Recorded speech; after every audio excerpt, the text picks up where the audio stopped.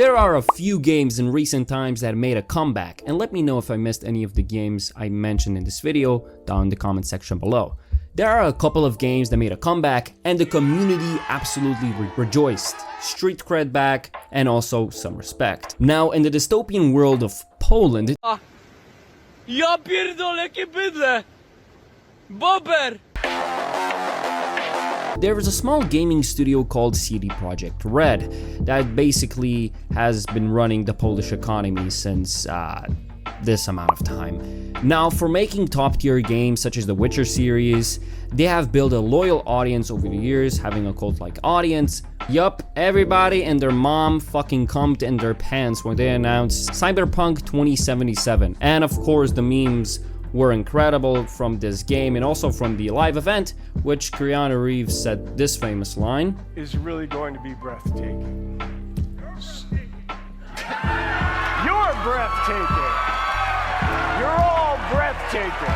Now, the development of Cyberpunk 2077 was rough. Now, people were optimistic, saying this is gonna be the best game ever, GTA 5 killer, all of, but then it happened. The delays, patch notes, and the delays happened, that's when it all went to the toilet. And I remember when this merchandise started to happen, the hype was real. There were gaming chairs made about this game, even a company made an entire phone based around Cyberpunk 2077. But also, the gaming community at the time didn't have a big open map with a dystopian setting, and Cyberpunk 2077 was something new, something unique. Now, the biggest problem with Cyberpunk, it was that it was rushed.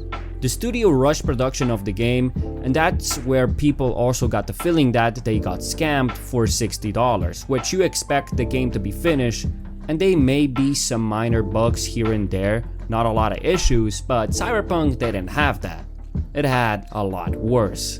There were endless bugs and glitches and so on, and also you couldn't play it on the consoles. I mean, old generations like PlayStation 4, the Xbox, so that kinda sucked. But also, if you have the PC, you needed to have a fucking NASA PC to run Cyberpunk 2077 when it was coming out. And slowly but surely, CD Projekt Red made a comeback with the game, and many people didn't believe that the game was fixed.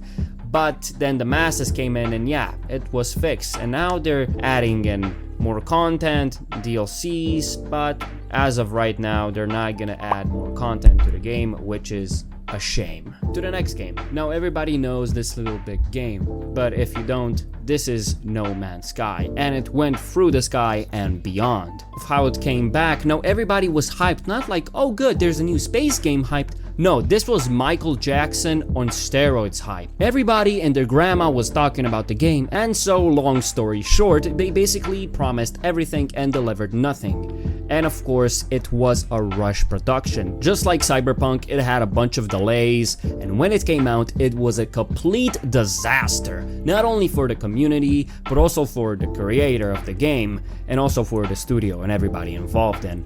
And also, every gaming YouTuber back in the day talked about how trash their game was. But as of 2024, No Man's Sky is one of the best space open world games. It's getting updates and DLCs, and the community is still alive and thriving.